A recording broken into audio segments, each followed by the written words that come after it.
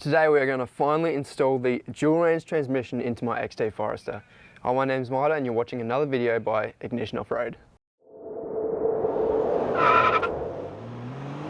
So the day has finally come to install and swap my built dual range transmission into my XT Forester. Now I think this is going to be particularly interesting to a lot of people because I know, for example, you guys in America, you guys don't have the dual range transmission. So this is going to be a really good opportunity to show you guys how to install a dual range transmission into a Subaru that has a standard 5-speed manual. Now in the Subaru off-road world, there's only a few transmissions you can choose from. You've got the CVT, which a lot of people don't rate for using off-road. Got the 4-8 auto, which seems to work alright, but 4 gears just doesn't seem enough to me for off-roading, and you don't have any low range. You've got a 5-speed or 6-speed manual, but they're really designed for street use. This, however, is dual range, so when I hit the trucks I can chuck it into low range and just crawl over the obstacles I want. This particular example has been completely built by All Drive Subaru. Now what they've done with this particular gearbox is they've put in the low range of a SF Forester, which is the first generation Forester. This gives me close to a 50% reduction in crawling ability. As well as that, I've done a 4.44 final drive ratio swap, which will further increase that crawlability. It's got a front LSD by Cusco. It's a 1.5-way RS Cusco LSD set to about 60% lock. In the center diff, I'm running a 20 kilo center differential, which will help keep that 50-50 split. And then for the rear, what I'm actually doing is I'm going to a R180 diff. Now Subaru share the R180 with Nissan, and this is why I've gone for the R180. On the Subaru, it can be found on the STIs and the Spec B Liberties. However, as it is shared with the Nissan, you can actually get an ARB locker for the Nissan Pathfinder, I believe. It's a front air locker, and you can fit it into these rear units, which means they can have a selectable rear diff lock, which will be absolutely awesome. Now in saying that, with the R180 rear conversion, I'm also going to have to change the axles. What I'm going to do is go to Spec B Liberty axles. They are the only axle available that will mate a R180 diff to the 5x100 stud pattern that you've got at the hub. So I'm going to have to try and get a few of those. As of yet, I do not have any axles, so that's something that's going to happen in the future. Trying to source those parts now. If you are interested in purchasing a dual range transmission, if you're in Australia, I definitely recommend All Drive Subaru. And if you're in America, where the dual range is obviously not available, your best bet is to go to ZF Design. They are in partnership with All Drive Subaru and import dual range boxes. So I'm sure those guys will look after you and sort you out with a nice dual range package. Anyway, in terms of what we're going to do, I'm really sort of winging it today. What I've done yesterday is I've pulled all this out of the old Forester. So today I'm going to start by pulling the old box out of the XT, and then we can start swapping all this in. In terms of parts, you're going to need to do a dual range swap to your Subaru. Obviously you're going to need the dual range transmission. You're also going to need the trim for the center console and your lever assembly. Obviously there's a second dual range lever that goes with the kit. Other than that, I believe it's a straight swap, but literally I have no idea what I'm doing and I'm going to wing it. So it's not going to be a DIY step-by-step tutorial. It's more just we're going to follow the journey and figure out how to dual range swap the XT. So this should be good fun. Anyway, let's get started on the XT and start pulling out that old gearbox.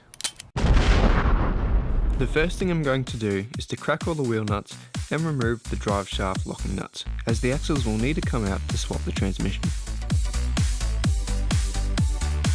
Now I can jack up the car, securing it on the jack stands, and remove the front wheels.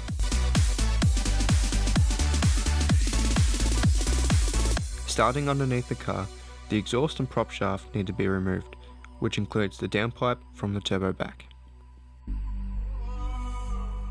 For access to the transmission and the downpipe, the intercooler has to be removed. I know I'm making this look easy, but in real time this took me almost a day fighting rusty exhaust bolts in tight spaces to get the exhaust system out. With the exhaust out, the next step is to remove the drive shaft, which is easiest done by disconnecting the hub from the strut to allow enough room to pull the shafts out. With all that removed, it's now time to disconnect everything from the transmission. There's a lot that goes into this, so I suggest looking for some transmission removal tutorials to aid you in the process. You'll also have to take apart the center console and disconnect the gear stick from the transmission. With everything disconnected, you can now remove the transmission. I have limited room and equipment, so I used a trolley jack and some ratchet straps to lower the transmission. This is certainly not ideal, but it's the best I could do with the equipment I had.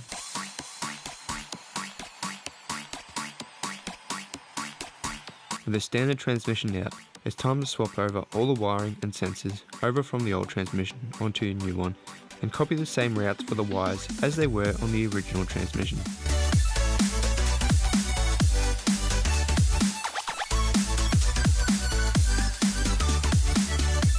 While the sensors should be the same, they have different plugs and lengths, hence swapping them over. The exception is one sensor only available on the dual range, which sits near the pitch stop and should be the sensor that illuminates the low range light on the dash when activated. In my case, I won't use this feature as it involves further wiring and a different dash, which is too much work for me to attempt, so I'll just tuck that wire out of the way. Another important factor is to note that the clutch setup will most likely be different. My XT comes with a pull type clutch, whereas the dual range requires a push type setup. This means you may also need to source a new clutch and clutch slave to suit the new transmission. While I was at this conversion, I added a nice braided clutch line for better performance. From here I moved to the interior to start installing the dual range lever setup. The dual range comes with a different bracket around the shifter that supports the dual range lever cable, so this is another part you will need. So at this stage you can see the dual range lever is in position. So this bracket, which I believe might be an airbag sensor or something like that, essentially I've placed that over the top of the lever bracket. That's how it was in the other car, so that's how I'm going to keep it. I've swapped the bracket for the shifter, rubber, whatever you want to call it. Swap that in from the other car. It's got the brackets to hold the cable for the dual range lever. It keeps it out of the way of the shifter. And essentially everything else should go back into place as it was before.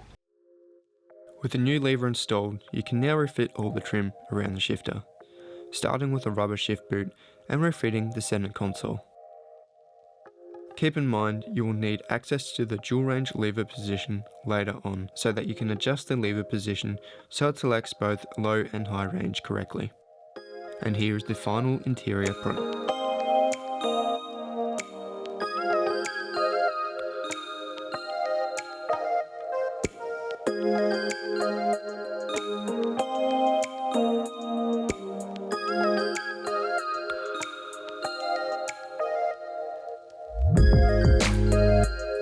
Now in terms of installing the dual range, this ended up being a massive mission. While the transmission pattern is identical to that of the XT, I was unable to get the transmission and engine to mate with the limited room I had on the driveway. I got so close but struggled for hours without success. Eventually, I was able to get hold of a hoist and an extra pair of hands from Lockie at Silver Squad.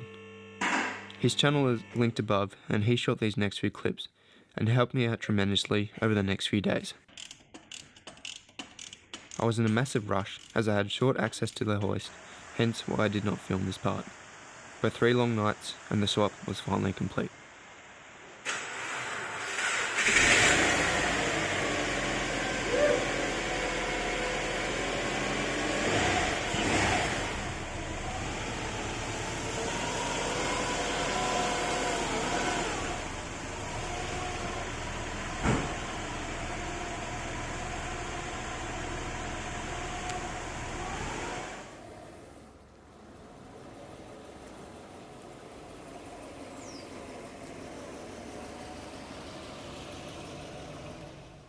So the dual range swap has finally been completed, even with the lack of footage that I've managed to capture. The whole process probably took me a good week of just solid working on the car to try to get it all together.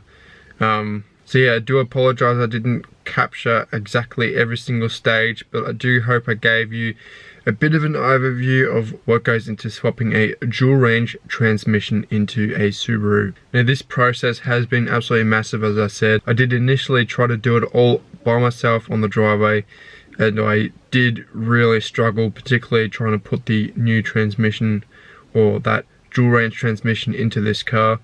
I literally spent a whole day just trying to get it to mate up and just couldn't get it to go. Eventually I did manage to get hold of a hoist where we actually trailered the car out, got it up on the hoist, and we managed to get the transmission in very easily then, particularly with the help of Lockie, who's been an absolute lifesaver in this whole project. So big shout out to him, because he's really saved my ass trying to get this transmission in, so that's been awesome. So I definitely recommend, if you're looking at doing this project, get yourself a hoist. It just makes the whole process so much easier and so much quicker as well.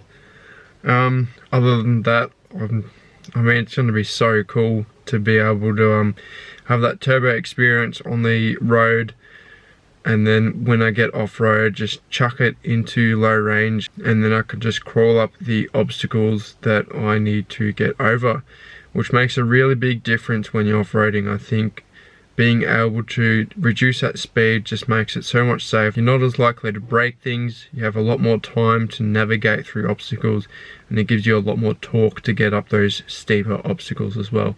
So I think the dual range swap has got some massive benefits. So as I mentioned earlier in this video is mainly aimed at those who probably do want to swap a dual range into their XT, and particularly for those of you in the American market where the dual range just wasn't an option.